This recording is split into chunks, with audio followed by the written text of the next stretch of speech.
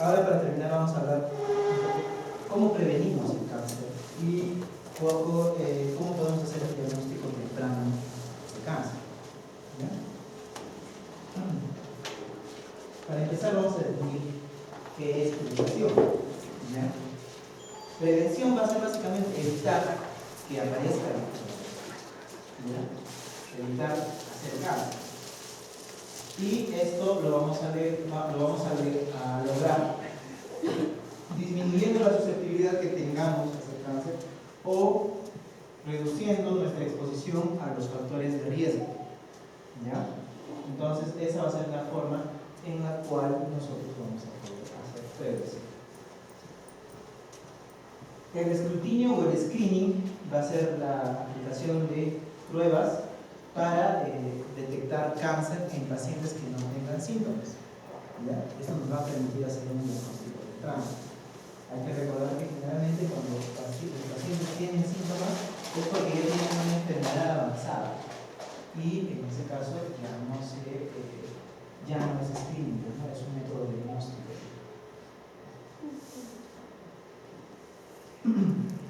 Y la detección temprana es la evaluación médica con todos los exámenes de una persona que puede tener síntomas o no puede tener síntomas. ¿Ya? La prevención va a ser primaria y secundaria. ¿Ya? La detección primaria, la prevención primaria lo que busca es evitar que aparezca la enfermedad básicamente. Entonces, cuando hacemos prevención primaria, lo que queremos es evitar llegar al diagnóstico de cáncer. ¿Ya? Y este va a ser el mejor método costo-beneficio. Es decir, si logramos que durante toda su vida un paciente no tenga cáncer, va a ser mucho más beneficioso, más costo efectivo, va a costar menos que un paciente que le detectemos un cáncer así sea en etapa incipiente. Porque cuando lo hemos detectado, así sea en una enfermedad pequeña, va a tener que ser sometido a cirugía, eventualmente quimioterapias, etc. Entonces va a necesitar un mayor presupuesto, ¿no? Pero si logramos que nuestro paciente no desarrolle cáncer, no haga nunca cáncer, entonces lógicamente no va a representar el gasto que representaría un suicidio diagnosticado. La prevención secundaria van a ser las medidas tomadas para diagnosticar un cáncer o un precursor de cáncer en etapa temprana. ¿Ya? Entonces aquí entraría todos los métodos de screening. Prevención secundaria, el screening para detectar cáncer de manera precoz o lesiones precancerosas. Muchas veces encontramos, por ejemplo, el carcinoma in situ, ¿no? El carcinoma in situ, ya sea de mama, ya sea de senos o de cualquier parte de nuestro cuerpo, es una lesión premaligna, no es cáncer en situ, pero es una lesión que potencialmente se va a convertir en cáncer. Y por lo tanto, hay que manejarlo y evitarlo. Entonces, de ese modo, evitamos que nuestro paciente haga cáncer. Entonces, como les decía, prevención primaria, actuar sobre los factores que pueden causar cáncer en nuestro paciente. Entonces, prevenir antes de que aparezca el cáncer. ¿Cómo logramos esto? Controlando los factores de riesgo, ya sea modificándolos o eliminándolos definitivamente. Protegernos contra los efectos carcinógenos ambientales. También se puede interrumpir la transformación neoplásica mediante, por ejemplo, en los carcinomas in situ o en las metaplasias, etc. Ahí se puede tratar esto de tal forma de que no aparezca cáncer y alterando la susceptibilidad que tengamos por estos factores de riesgo. Mientras que la prevención secundaria va a ser la identificación temprana del cáncer para que mediante la aplicación de nuestro screening y ya sea un screening mediante métodos de tamizaje como la mamografía o como el examen clínico que nos podría dar también algún indicio de cáncer precoz. Entonces, esto se va a traducir en altas probabilidades de que el paciente se cure, ¿no? De que esté sin enfermedad. Uno de los factores de riesgo para hacer cáncer, que hemos mencionado anteriormente, es la edad, ¿ya? Antes, por ejemplo, la expectativa de vida en países como Estados Unidos era pues 55 años, 56 años, ¿no? Actualmente es de 75 años. Entonces ha aumentado exponencialmente. Esa es la razón también por qué aumentan los casos de cáncer, porque como les dije hace un momento, el cáncer aumenta de acuerdo a la edad. A cuanta mayor edad tengamos, hay mayores probabilidades de que hagamos cáncer. No significa que a los niños o a los pacientes jóvenes no les dé, también les da cáncer, pero no es lo que prevalece, no es lo más común. Lo más común es que los pacientes ya de edad avanzada sean los que desarrollen cáncer. Entonces, en esta población adulta mayor, los diagnósticos van a ser de un 60% de casos nuevos. Entonces, el 60% de casos nuevos de cáncer va a ser en pacientes que tienen de 65 años a más, ¿ya? Y el 75% de los pacientes que van a fallecer por cáncer también va a ser en ese grupo de edad, en pacientes que tienen de 50 a 65 años a más edad. Y este es un gráfico que lo que muestra es a qué edad se hace el diagnóstico de cáncer con mayor frecuencia. Vemos que en los pacientes que tienen menos de 20 años, el diagnóstico es de 1%, porque ellos no desarrollan tanto cáncer, ¿no? Hay neoplasias que son de algunos pacientes jóvenes, como por ejemplo los problemas hematológicos, como las leucemias, o como tumoraciones cerebrales, como astrosarcomas, etc. Pero este porcentaje es bastante bajo, es el 1%. Del 20 a 34 años, el 2.7% de la población es diagnosticada de cáncer. Ya de 35 a 44 años, este porcentaje va en aumento. Aquí ya incluso algunas mujeres pueden ser diagnosticadas de cáncer de mama, cáncer gástrico en varones y mujeres, igualmente en varones y mujeres cáncer colorectal, etc., ¿no? Entonces ya empieza a aumentar la probabilidad de que un paciente tenga cáncer. De 45 a 54 años, la proporción de casos nuevos es de un 14.1% de pacientes que son de casos que son diagnosticados en este grupo de edad. Igual que en el grupo anterior, ya empieza a aumentar los casos de cáncer de mama, cáncer de senos, cáncer gástrico en varones, cáncer colorectal. Y bueno, también se pueden medir cánceres de pulmón y linfomas, que también es bastante predominante en estos grupos de edad. De 55 a 64 años ya el porcentaje sube hasta el 24.1%. Y de 65 a 74 años el porcentaje se extiende hasta un 25.4%. Entonces ya es mucho más significativo. En este grupo etario es donde más se diagnostica cáncer, ¿ya? Generalmente porque ya aquí hay varias neoplasias que pueden afectar a los pacientes, ¿no? Cáncer de mama, colorectal, próstata, etc. Entonces ya vienen con síntomas, molestias y se diagnostican más. Después empieza a disminuir y muchas veces disminuyen porque estos grupos de pacientes ya fallecen por otras causas.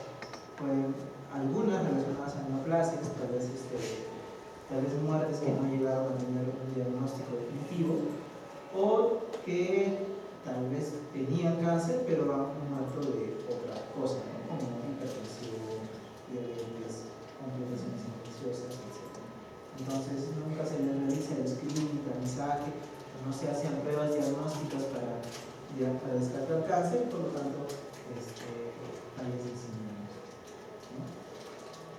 Entonces, en este grupo está, en este grupo a partir de los 55 años para adelante, es donde más se encuentra el diagnóstico de cáncer.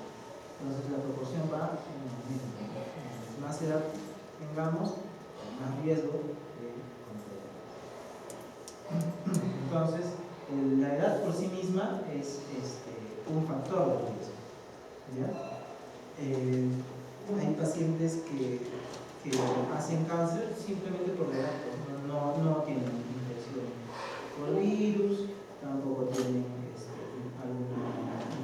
alguna inflamación crónica, no se han visto expuestos a tabaco ni a algún otro fármaco, pero lo que ha pasado es que ya han envejecido demasiado que ya empezaron a desarrollar cáncer. Entonces, la edad puede ser predominante, ¿por qué? Porque hay una exposición crónica a la agente biológica. Cuando uno está expuesto crónicamente al asbesto, obviamente que no vas a hacer cáncer. Cuando estás expuesto a biomasas como humos tóxicos, etc., obviamente que haces cáncer. Exposición a otros múltiples agentes, como les mencionaba, los pacientes pueden, adultos mayores, ancianos, tienen más diabetes, más hipertensión. La diabetes por sí misma, ya decíamos que es un factor de riesgo añadido para que tengan cáncer. También pueden tener problemas hematológicos o alteraciones o algún otro tipo de alteraciones que van a ayudar a que se desarrolle el cáncer. Puede ser que tengan una lesión premaligna que está en un periodo de latencia, ¿no? Como vemos, a veces las células neoplásicas quedan inactivadas por nuestro sistema de defensa, nuestro sistema de checkpoints. Está inactivada la célula neoplásica hasta que pase el tiempo y logra salir de esa inactivación y producir la replicación para dar lugar al cáncer. ¿Ya? Entonces, esto puede pasar en esos pacientes. Hay un estrés oxidativo. El estrés oxidativo, los radicales libres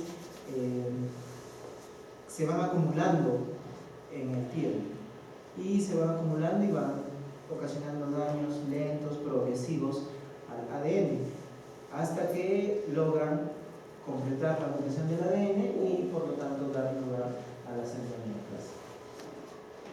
Disminuye el sistema inmunológico, disminuye con la edad, el sistema de defensa se va a ver también alterado, se va a ver disminuido.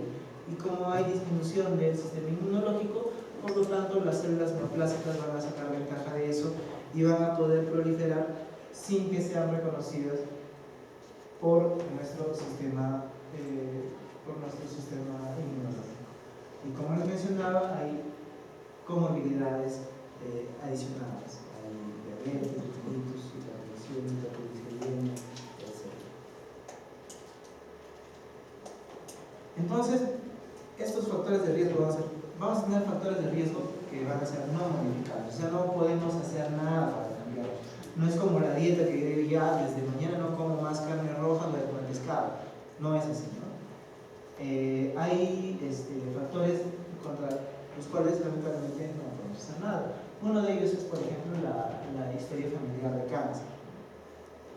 Si tenemos, hay muchos pacientes que tienen familiares con cáncer, padre con cáncer, madre con cáncer, eso aumenta la probabilidad de que ese paciente también tenga cáncer. Hay síndromes que están asociados a enfermedades neoplásicas, como por ejemplo el síndrome de Linfranelli, el síndrome de Lynch, que es los cánceres de colon no polimatoso, no adenomatoso. Entonces ellos hacen cáncer ya porque está predispuesta en su línea familiar, ¿no?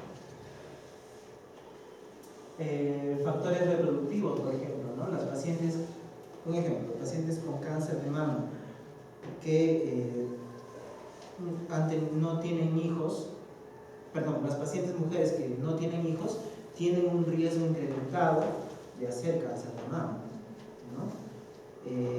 Las pacientes que tuvieron la menarquia muy tarde, a los 17, 18 años, tienen un riesgo elevado de hacer cáncer de mama, ¿ya? Entonces ellos no pueden modificar ese riesgo. También hay características físicas y étnicas. Por ejemplo, se ha demostrado que las pacientes latinas tienen más riesgo de hacer cáncer de cervix que las pacientes que son americanas, pacientes blancas. Entonces, por más que, como decía, el cáncer de cervix en general es un cáncer de países de tercer mundo, ¿ya? Pero aún así, tú te fuiste al extranjero y tuviste tu hija allá, por ser latina, por tener origen latino, tiene un riesgo incrementado comparado con un paciente americano neto, ¿no? Los pacientes blancos, que tienen ojos azules, piel clara, tienen más riesgo de hacer melanoma que los pacientes de color. Las características físicas de los pacientes que tienen ojos azules también tienen más riesgo de hacer cáncer, de hacer melanoma que los pacientes que tienen ojos oscuros. Las características de residencia y tu ocupación también. Anteriormente, por ejemplo, los profesores trabajaban con tiza, ¿no? Y algunas tizas tienen asbesto. Entonces, esa exposición los predispone a que tengan ya un factor de riesgo para hacer cáncer de pulmón.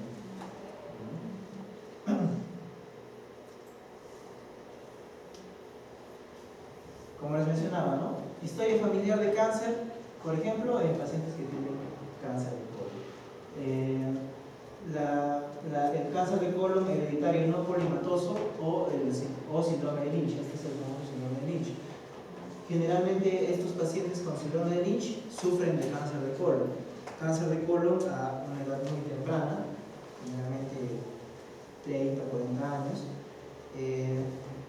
y que se puede transmitir, entonces se le transmite a los hijos.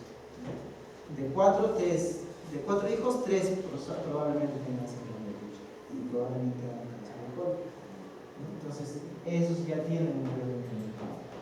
Pacientes con mutaciones, mujeres con mutaciones BRCA1 o BRCA2, ¿ya? Ellas también tienen una predisposición para hacer cáncer de mama. Ya una mutación BRCA, un 80% de que un paciente que tiene mutación BRCA haga cáncer de mama, ¿ya? Igual con el cáncer de ovario, un riesgo bastante elevado de hacer cáncer de ovario cuando tiene mutación BRCA. El cáncer de próstata también puede estar relacionado a algunos problemas hereditarios. Incluso algunos pacientes con cáncer de próstata tienen esta mutación. Y por lo tanto, si tienen hijas mujeres, hay una probabilidad de que sus hijas hagan cáncer de mama.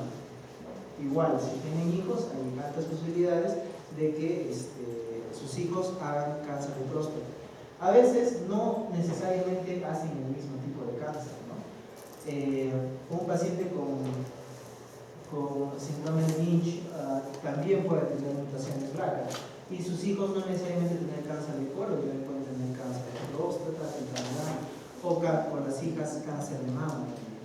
También se ven pacientes que tienen cáncer de páncreas, también pueden desarrollar otro tipo de neoplasias. Pacientes que tienen alta prevalencia, genes de alta prevalencia y baja penetrancia, ¿no? Significa que son genes que se pueden expresar rápidamente, se expresan rápidamente y por lo tanto también presentan mutaciones fácilmente. Como les decía, en cáncer de mama, la edad de la menarquia es un factor de riesgo, ¿no?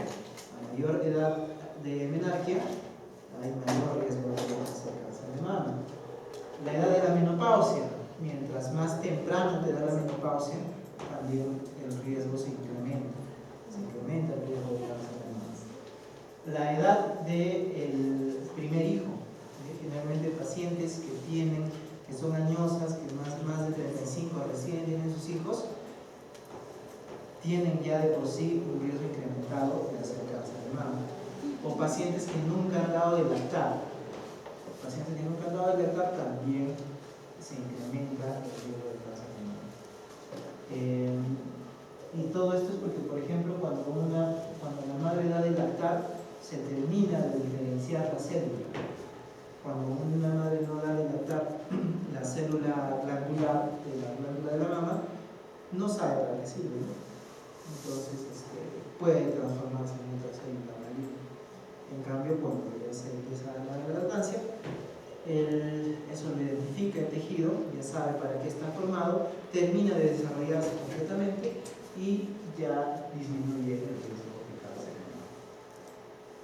Para el cáncer de ovario, los mismos factores de riesgo, cómo está la paridad, cómo está si ha dado de lactar o no, porque eso también produce un desarrollo hormonal que va a terminar de diferenciar los tejidos, va a terminar de dar información a las células para decirles para qué están hechas, ¿no?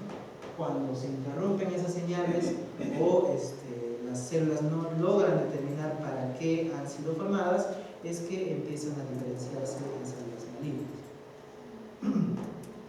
El cáncer de endometrio también está relacionado con la edad de la menopausia. Pacientes que tienen menopausia precoz les puede dar cáncer de endometrio, ¿no? Pacientes que son infértiles, ¿ya? También tienen un riesgo incrementado de cáncer de endometrio. Las pacientes que han tenido endometriosis persistentemente también han riesgo de endometriosis, ¿no? Pacientes que no han tenido relaciones sexuales periódicas también tienen riesgo incrementado de hacer cáncer de endometrio. Al contrario de las pacientes que hacen cáncer de cervix, ¿no? Generalmente las pacientes con cáncer de cervix es porque múltiples parejas sexuales, conductas de riesgo, etcétera, cáncer de cervix. Pero si no ha tenido muchas parejas sexuales, no ha tenido una vida sexual frecuente, entonces riesgo de hacer cáncer de endometrio.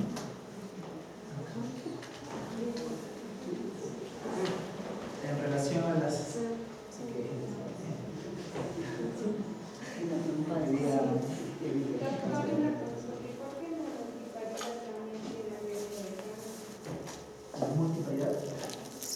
la multiparidad tiene riesgo de cáncer de cervix, ¿verdad? Pero no de cáncer de endometrio. La nuliparidad la nuliparidad es causa de cáncer de endometrio. ¿Por qué? Porque cuando uno está embarazada por una embarazo, empieza a producir hormonas, ¿ya? Las hormonas son proteínas que mandan información. Entonces, al mandar información, les informan a los otros tejidos donde actúan, les informan o les dan información de para qué sirven. Y esos órganos terminan de desarrollarse, ¿ya? Y cuando terminan de desarrollarse, las células se diferencian mejor. En cambio, cuando un aparato o órgano no termina de diferenciarse adecuadamente, esa célula se puede transformar en otra maligna. Se diferencia, ¿no? Se va por el camino equivocado y se vuelve maligna.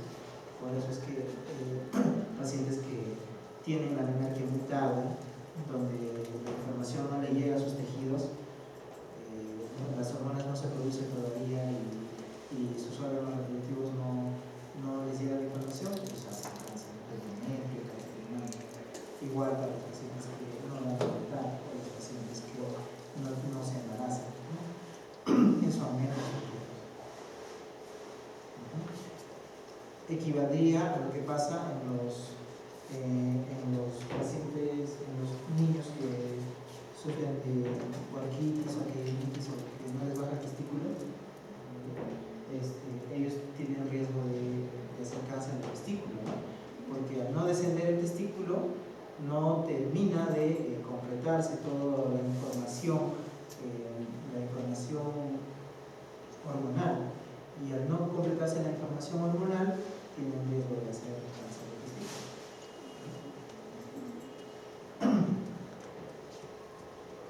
Bueno, en relación a las características físicas, étnicas, por ejemplo, en el melanoma, ¿no?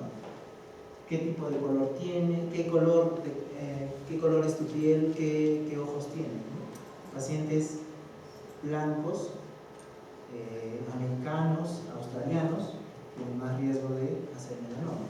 Pacientes con ojos verdes, azules, tienen mayor predisposición para hacer melanoma en comparación, por ejemplo, a los afroamericanos. Las mujeres esquenazis. Los esquenazis son como un grupo de personas, son una etnia judía, ¿ya? Esta etnia judía generalmente se relacionaba entre ellos nada más, ¿no? Y esto dio lugar a mutaciones dentro de sus células. Una de las mutaciones que está asociada a las mujeres eskenazi es la mutación BRCA, ¿no? Entonces ellos tienen bastante mutación BRCA y por lo tanto hacen bastante cáncer de mama y cáncer de ovario, ¿no? El cáncer de próstata es mayor en pacientes, por ejemplo, afroamericanos que en pacientes de raza blanca.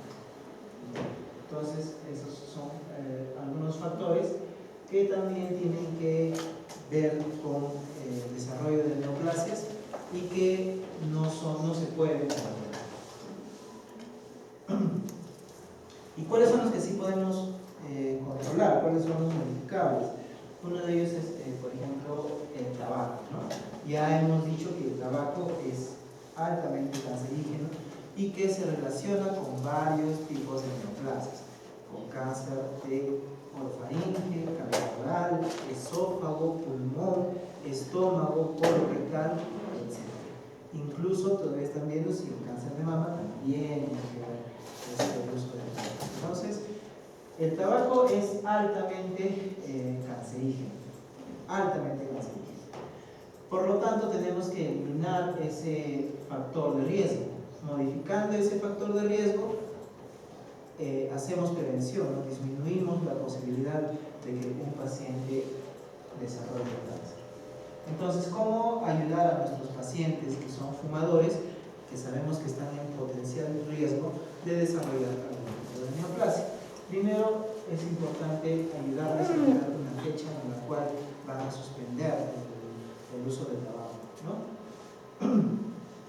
Hay que darle consejo médico, hay que decirle cuáles son las ventajas de suspender el tabaco, de dejar de usar tabaco, empezando lógicamente por todo lo que les he mencionado, ¿no?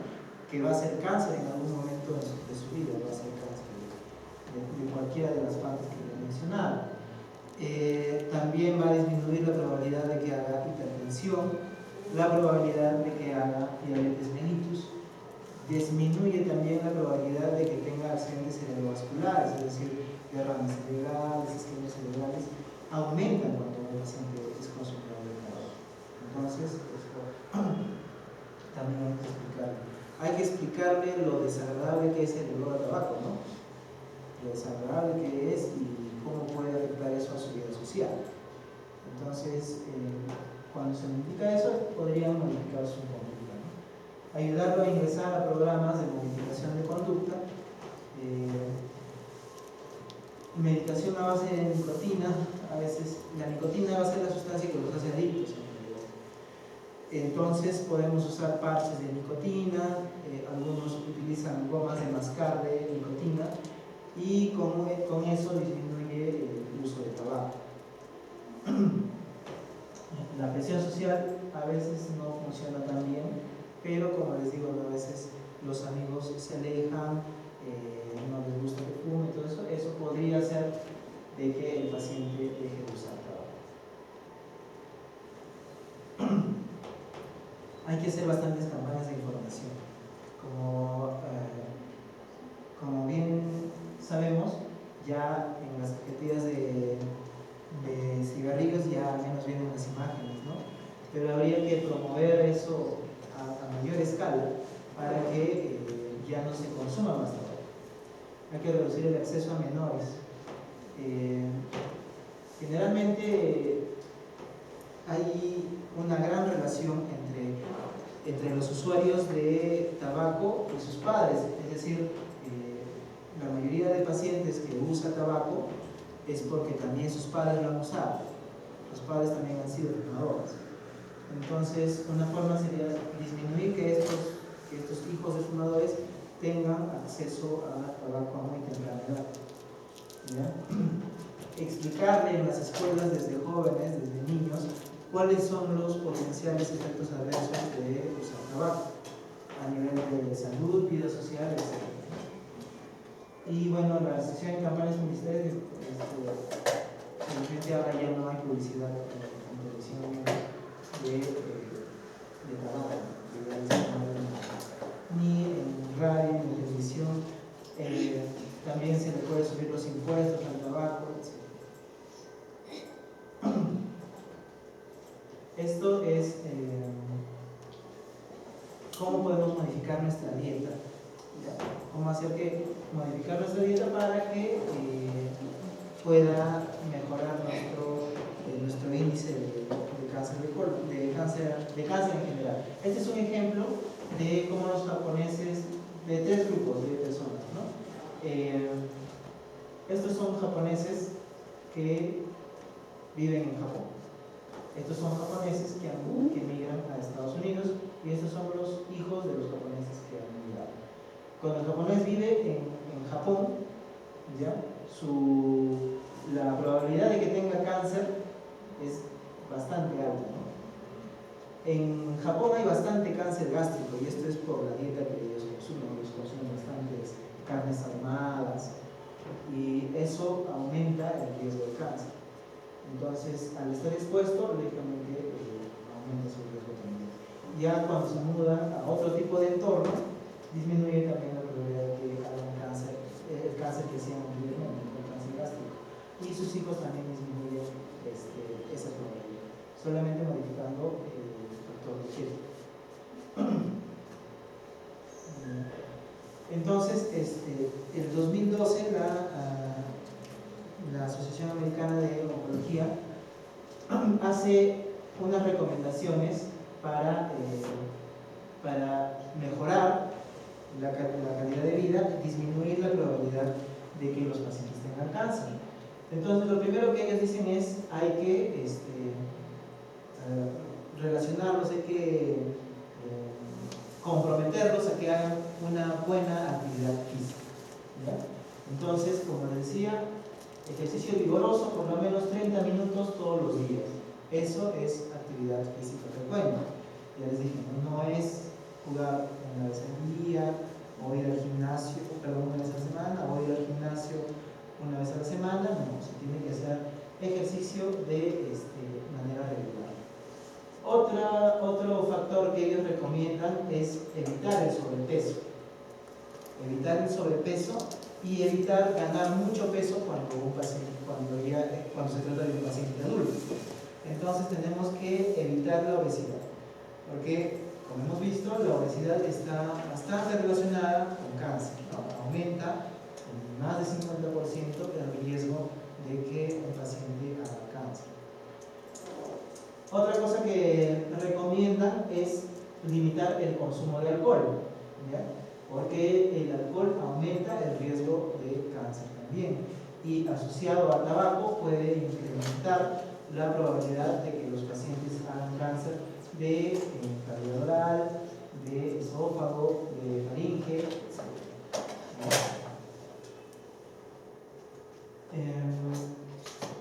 Hay que consumir frutas y verduras regularmente, ¿ya?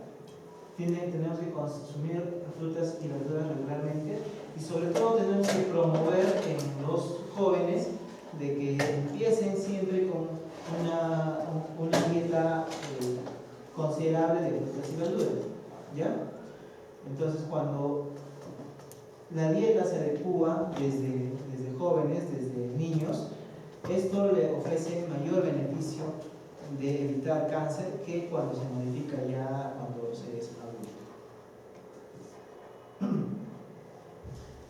Lo que recomiendan es consumir granos, ¿no? Consumir granos y evitar el azúcar refinado y evitar los dulces.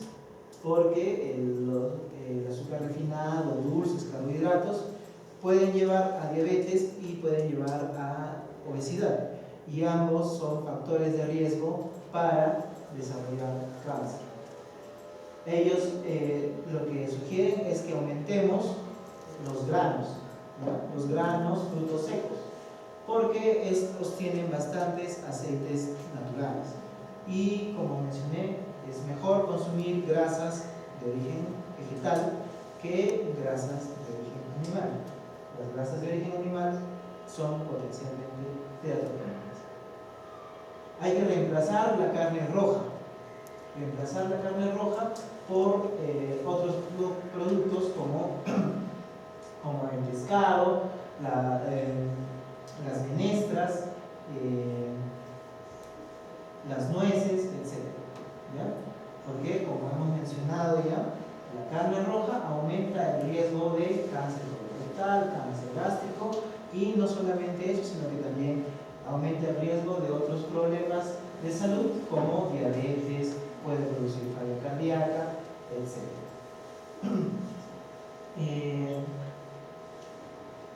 Entonces es mejor evitar carnes rojas. Pueden considerar tomar suplementos de vitamina D, porque, como hemos visto, vitamina D sí disminuye el riesgo de hacer cáncer de colon, ¿no? Entonces se puede tomar una dosis adicional de vitamina D. Entonces, como dice las recomendaciones de la Sociedad Americana de Oncología, es importante hacer actividad física. Este es un cuadro que muestra cómo la actividad física ha variado, ¿no? Desde 1992 hasta el 2000. La actividad física vigorosa en el 2000 es menor, se mantiene equiparable, ha aumentado un poco en relación a los años anteriores, pero no ha aumentado significativamente, ¿no? Posiblemente si hacemos una revisión ahora, la actividad física haya disminuido incluso más. Entonces, no hacer actividad física es un factor de riesgo importante para hacer cáncer. ¿Cómo evitamos que los agentes infecciosos puedan llegar a causarnos cáncer? Primero, tener una conducta sexual adecuada, ¿no? Retrasar el inicio de las actividades sexuales, no tener múltiples parejas sexuales, evitar conductas sexuales de riesgo, ¿ya? Evitar el sexo casual, pacientes que tienen relaciones y después ya no saben ni por qué, ¿no? Entonces, el uso de preservativo. Muchas veces las pacientes con cáncer de cervix se infectan o desarrollan cáncer de cervix porque se han infectado con virus del papiloma humano, y no necesariamente porque hayan tenido conducta sexual de riesgo, ni porque sean promiscuos, ni nada de eso, ¿no? Simplemente porque el marido o la pareja habitual pues, ha tenido otra pareja y la ha infectado con virus del papiloma humano. ¿Entienden?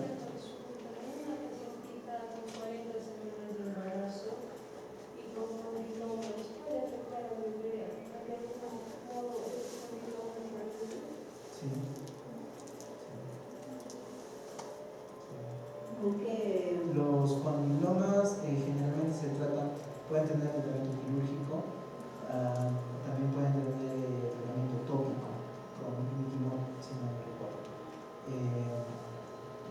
Y dependiendo qué grado tiene, incluso llega a ser una indicación necesaria, ¿no? Seguramente no me acuerdo más allá acerca de eso, pero es indicación necesaria.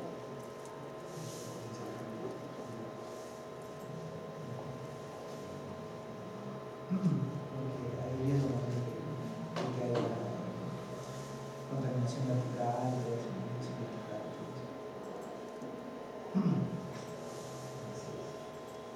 entonces es importante saber eso, ¿no? Educar tanto a hombres como a mujeres. Como vuelvo a decir, muchas veces las mujeres no tienen conducta sexual de riesgo, nada, hacen cáncer de cervix, y es porque la pareja es la que las afecta, ¿no? Entonces hay que siempre educar a ambos. Promover el uso de preservativos es que sea finalmente puede conducta de riesgo. La vacunación, ahora ya la vacunación contra virus de hepatitis B, virus de hepatitis C. De este modo evitamos la infección por hepatitis y disminuimos el riesgo de que esto nos pueda llevar a un hepatocarcinoma. Y bueno, ahora las vacunas contra virus del papiloma humano. El Helicobacter pylori da un tratamiento completo para el Helicobacter pylori y asegurarnos de su eliminación, ¿no? Asegurarnos de completar el tratamiento, porque como hemos mencionado, el Helicobacter pylori está bastante asociado a cáncer gástrico y a linfomas gástricos. Entonces hay que erradicarlo adecuadamente. Bueno, y para terminar vamos a ver un poco de screening, ¿ya? Vamos a ver el screening o diagnóstico temprano en 3 patrones: cáncer de mama, cáncer colorectal y cáncer de cervix. ¿Ya? ¿Cómo es que hacemos el screening o el diagnóstico temprano? En las mujeres lo que se les recomienda es el autoexamen, ¿no? El autoexamen se recomienda que se hagan las mujeres desde los 20 años. Siempre dividir las mamas en cuadrantes y asegurarse de examinar todos los cuadrantes. El screening se ha visto que tiene una baja sensibilidad, pero es bastante específico. Es decir, generalmente cuando una paciente se hace su autoexamen y se logra identificar un nódulo, es bastante posible de que eso sea una neoplasia. Si bien es cierto, muchas veces puede fallar, pero es importante que se realice, ¿no? Y también el examen físico lo puede hacer un profesional de la salud. Entonces, el profesional de la salud también tiene que tener en cuenta esos parámetros. Dividir la mama en 4, examinar bien cada cuadrante de cada mama, examinar la región axilar y hacer el examen tanto en posición parada como sobre una camilla, en ambas posiciones. ¿Cómo hacemos nuestra inspección? Con la mujer al frente vemos qué características tiene la mama. ¿Son simétricas o son asimétricas? ¿Cómo está el pezón? ¿Es un pezón desarrollado o todavía está por desarrollarse, o es un pezón invertido? Ver si hay algún otro signo. A veces los cánceres de mama se manifiestan con inflamación de la piel o piel de naranja, etc. O hay retracción del pezón o hay retracción del tejido mamario. Todas esas cosas es lo que hay que ver. Pedirle que eleve las manos, baje las manos para ver qué comportamiento tiene. ¿Ya? Para evaluar la región lateral la podemos poner como dije, la palpación la podemos hacer tanto parada como echada, ya sea en las 2 posiciones. ¿Ya? Dividir la mano en cuadrantes y examinar con los pulpejos de las yemas de los dedos. ¿Ya?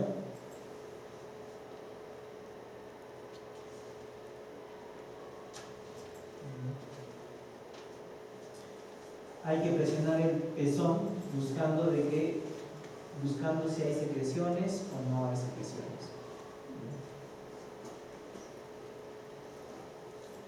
Y el otro método de screening de cáncer de mama es la mamografía. A nuestras pacientes tenemos que recomendarles que se hagan una mamografía. ¿Ya? ¿Por qué? Porque la mamografía logra detectar lesiones cuando estas se encuentran todavía pequeñas, y al encontrar las lesiones pequeñas aumenta su expectativa de vida, aumenta su esperanza de vida. Entonces, esto incluso hay lesiones que el autoexamen no se logra identificar, pero que son vistas en mamografía y que al final nos dan un diagnóstico temprano de cáncer de mama. Entonces, la mamografía demostró que demostró la seguridad de este estudio en mujeres menores de 50 años y en mamas densas.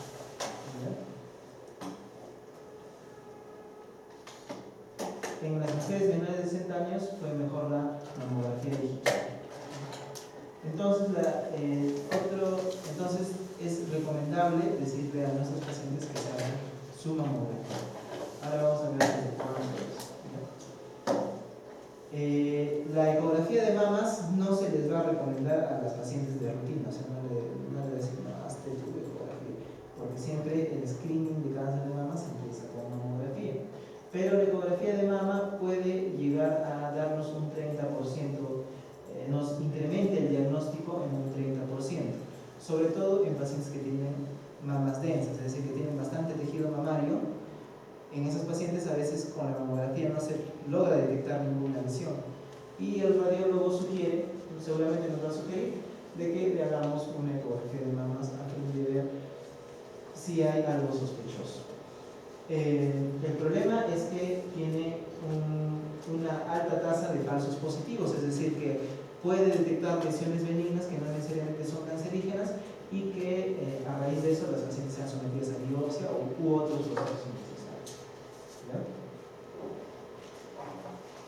Hay estudios que se están desarrollando en Suecia y Japón para evaluar el efecto con el screening ecográfico, pero lo cierto es que al momento no ha demostrado ser superior a la mamografía. Es decir, mandarle ecografía de inicio a todas las mujeres no ha dado mayor beneficio que mandarle una mamografía. Otro método de screening que ya es más avanzado es hacerle resonancia magnética, pero la resonancia magnética está reservada solo para cierto tipo de pacientes. ¿Qué tipo de pacientes? Por ejemplo, mujeres que se han hecho sus estudios genéticos y en los cuales se ha encontrado una mutación rara, que como hemos dicho está bastante asociado a cáncer de mama, ¿no? O pacientes que no se hayan hecho la mutación pero cuyos padres sí la tienen, ¿no? Si los padres tienen, entonces y ellos también es una posibilidad de que tengan, entonces hay que hacerle resonancia magnética de screening. El riesgo igual o mayor al 20%. Esto se determina mediante todo un esquema para ver que de varios factores, ¿no?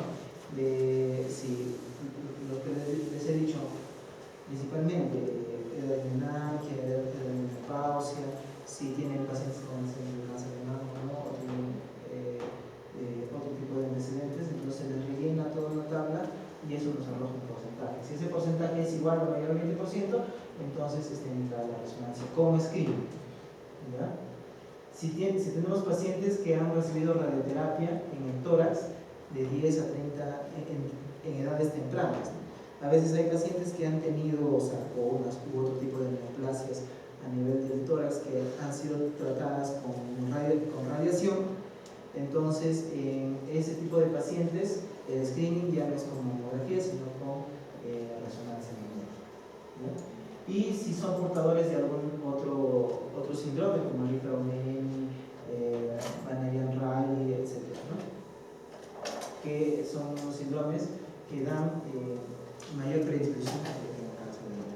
Entonces, ¿desde cuándo tenemos que decirle a nuestros pacientes que se haga su mamografía? Hay varias recomendaciones, ¿ya? Hay varias recomendaciones. Por ejemplo, el Colegio Americano de Oncología dice a partir de los 40 años a más, ¿ya? Esta también es la Sociedad Americana de Oncología, también dice 40 años, ¿no? NCCN, que son las guías americanas, también dicen 40 años. En cambio, el Task Force dice de 50 a 74 años. Lo cierto es que aquí en Perú lo que se indica es mamografía a partir desde los 50 años, que se debe realizar de manera anual, ¿no? De manera anual. Sin embargo, cuando se detecta más temprano, han visto de que hacer a los 40 años puede aumentar la posibilidad de encontrar la neoplasia a más temprana edad. Y cuando se encuentra la neoplasia más temprana, su expectativa de vida también aumenta. Por eso es que algunos recomiendan que se haga desde 40 años. Pero el problema es que cuando se hace a 40 años, se necesita una gran cantidad de personas para que recién arroje un resultado positivo, ¿no? O sea, de 200 personas de 40 años a más que se hacen mamografía, solamente una sale positiva. En el caso de pacientes que han tenido, aún sean madres, ¿no? Sus familiares, y puede hacerse a los 20, 30 años la hija, o necesariamente a los 40 hacerse. Solamente a más temprana edad si tienen algún tipo de mutación, y ya el screening no sería mamográfico, ¿no? Sería con ecografía o en todo caso con resonancia magnética. Pero si es que solamente tienen una mutación detectada, ¿ya? Si no, las pautas son similares, son las mismas. Si sospechamos, hay que, si es una paciente que tiene menos de 40 años, tiene antecedentes de cáncer de mama familiar, y ella sospecha de que podría tener cáncer nuevo o quiere descartar, lo que podría indicarle es una ecografía de potencial. Si está entre 40 y 49 años, sí le podría indicar una mamografía. Así le podría indicar una mamografía, pero indicándole que luego el tiempo entre mamografía y mamografía se va a espaciar, ya no va a ser cada año, sino cada 2 años. ¿Ya? Porque si se trata de pacientes que tienen susceptibilidad para hacer cáncer de mama, incluso la radiación que emite la mamografía podría incrementar más este riesgo. ¿Ya? Entonces hay que buscar otros métodos de screening, ya sea con ecografías o con resonancia en este caso, ¿no? El problema de la mamografía y la resonancia es que, como les digo, da muchos falsos positivos, ¿no? Es decir, encuentra lesiones que son benignas y al final los pacientes son sometidos a biopsias y cáncer por lesiones que no son neoplásicas, ¿no?